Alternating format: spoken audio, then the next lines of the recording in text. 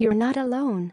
According to the most recent estimates from the National Institute of Mental Health, just over 7% of all U.S. adults experienced an episode of major depression in 2017. Worldwide, over 300 million adults and child-registered source live with depression. But not everyone experiences depression in the same way, and symptoms can vary. If your friend is experiencing depression, they may seem sad or tearful, appear more pessimistic than usual or hopeless about the future, talk about feeling guilty, empty, or worthless, seem less interested in spending time together, or communicate less frequently than they normally would, get upset easily, or are unusually irritable, have less energy, move slowly, or seem generally listless, have less interest in their appearance than usual, or neglect basic hygiene, such as showering and brushing their teeth, have trouble sleeping, or sleep much more than usual, care less about their usual activities and interests, seem forgetful or have trouble concentrating or deciding on things, eat more or less than usual, talk about death or suicide. Here, we'll go over 10 things you can do to help as well as a few things to avoid. 1. Listen to them. Let your friend know you're there for them. You can start the conversation by sharing your concerns and asking a specific question. For example, you might say, "It seems like you've been having a hard time lately. What's on your mind?" Keep in mind that your friend may want to talk about what they feel, but they might not want advice. Engage with your friend by using active listening techniques. Ask questions to get more information instead of assuming you understand what they mean. Validate their feelings. You might say, "That sounds really difficult. I'm sorry to hear that." Show empathy and interest with your body language. Your friend may not feel like talking the first time you ask, so it can help to continue telling them you care. Keep asking open questions without being pushy and expressing your concern. Try to have conversations in person whenever possible. If you live in different areas, try video chatting. 2. Help them find support. Your friend may not be aware they are dealing with depression, or they may be unsure how to reach out for support. Even if they know therapy could help, it can be daunting to search for a therapist and make an appointment. If your friend seems interested in counseling, offer to help them review potential therapists. You can help your friend list things to ask potential therapists and things they want to mention in their first session. Encouraging them and supporting them to make that first appointment can be so helpful if they're struggling. 3. Support them in continuing therapy. On a bad day, your friend might not feel like leaving the house. Depression can sap energy and increase the desire to self-isolate. If they say something like, "I think I'm going to cancel my therapy appointment," encourage them to stick with it. You might say, "Last week you said your session was really productive and you felt a lot better afterward. What if today's session helps?" 2. The same goes for medication. If your friend wants to stop taking medication because of unpleasant side effects, be supportive, but encourage them to talk to their psychiatrist about switching to a different antidepressant or getting off medication entirely. Abruptly stopping antidepressants without the supervision of a healthcare provider can have serious consequences. 4. Take care of yourself. When you care about someone who's living with depression, it's tempting to drop everything to be by their side and support them. It's not wrong to want to help a friend, but it's also important to take care of your own needs. If you put all your energy into supporting your friend, you'll have very little left for yourself. And if you're feeling burned out or frustrated, you won't be much help to your friend. Set boundaries. Setting boundaries can help. For example, you might let your friend know you're available to talk after you get home from work, but not before then. If you're concerned about them feeling like they can't reach you, offer to help them come up with a contingency plan if they need you during your workday. This might involve finding a hotline they can call or coming up with a code word they can text you if they're in a crisis. You might offer to stop by every other day or bring a meal twice a week instead of trying to help every day.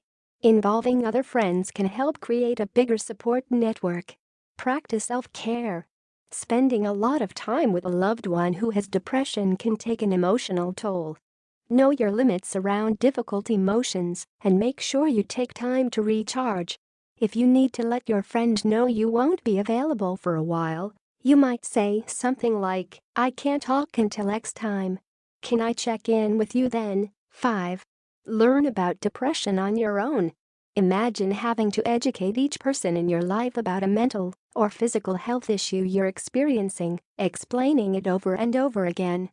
Sounds exhausting, right? You can talk to your friend about their specific symptoms or how they're feeling, but avoid asking them to tell you about depression in general terms.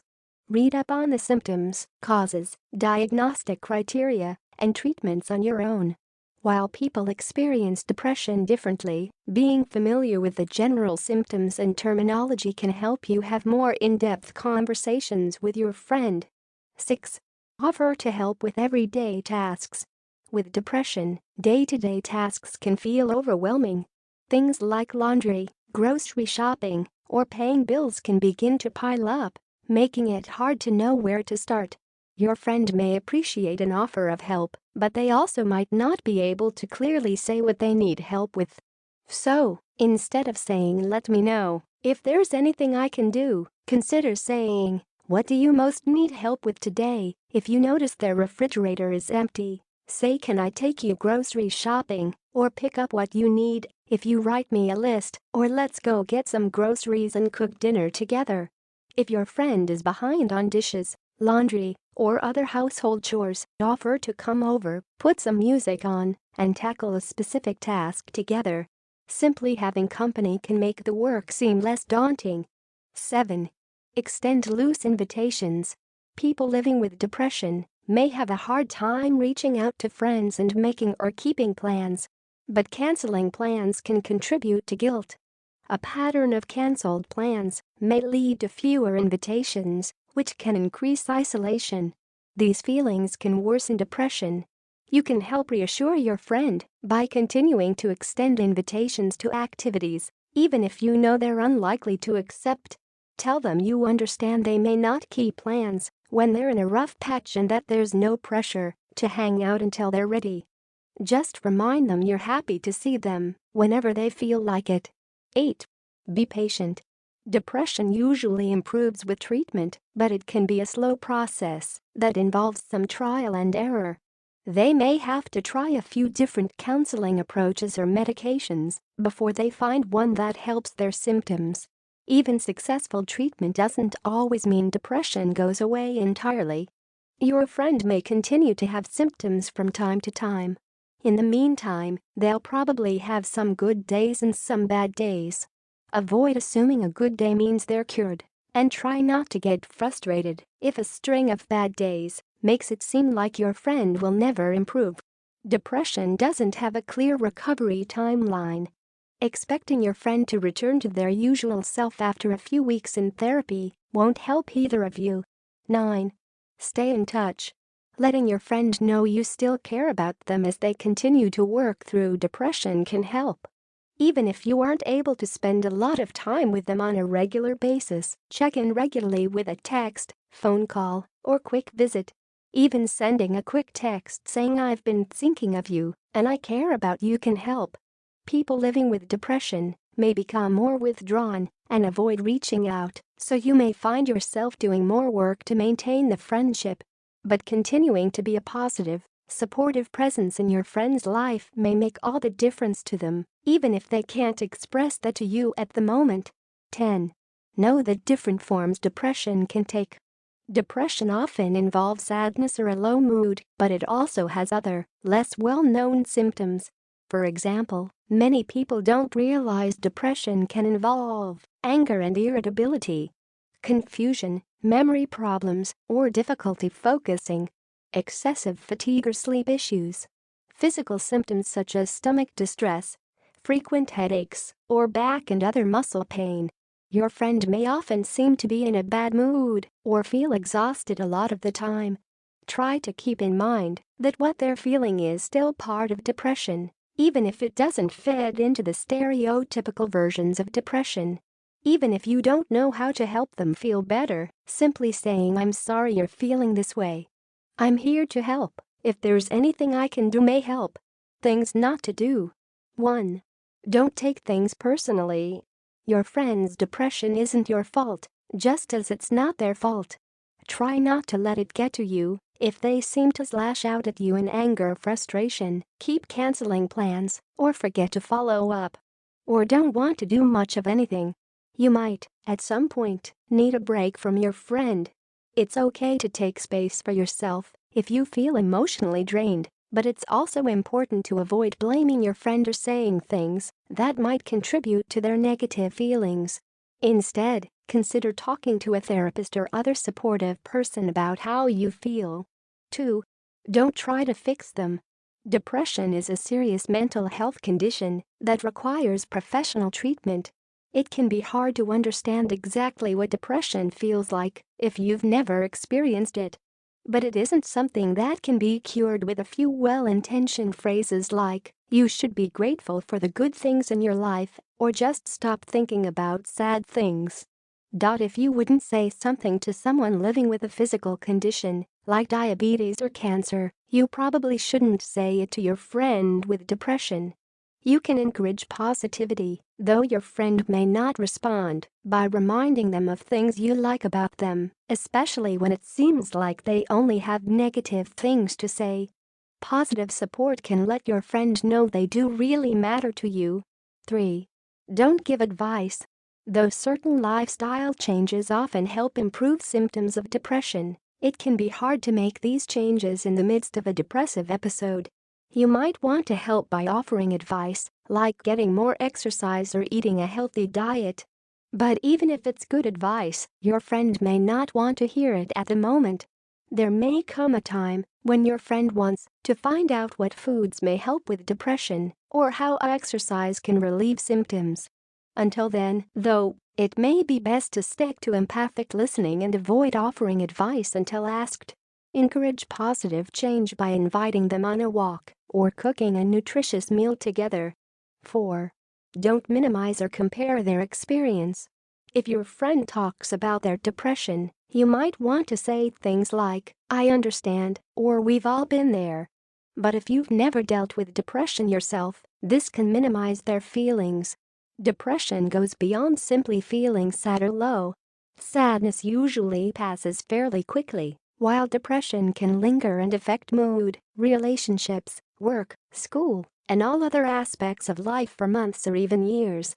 Comparing what they're going through to someone else's troubles or saying things like, "But things could be so much worse," generally doesn't help. Your friend's pain is what's real to them right now, and validating that pain is what may help them most. Say something like, "I can't imagine how hard that is to deal with. I know I can't make you feel better, but just remember you aren't alone." 5. Don't take a stance on medication. Medication can be very helpful for depression, but it doesn't work well for everyone. Some people dislike its side effects and prefer to treat depression with therapy or natural remedies. Even if you think your friend should take an antidepressant, remember that choosing to take medication is a personal decision. Likewise, if you personally don't believe in medication, avoid the subject when talking to them. For some people, medication is key in getting them to a place where they can fully engage in therapy and start taking steps toward recovery. At the end of the day, whether or not someone with depression takes medication is a very personal decision that's generally best left to them and their healthcare provider. When it's time to intervene, depression can increase a person's risk for suicide or self-injury, so it's helpful to know how to recognize the signs.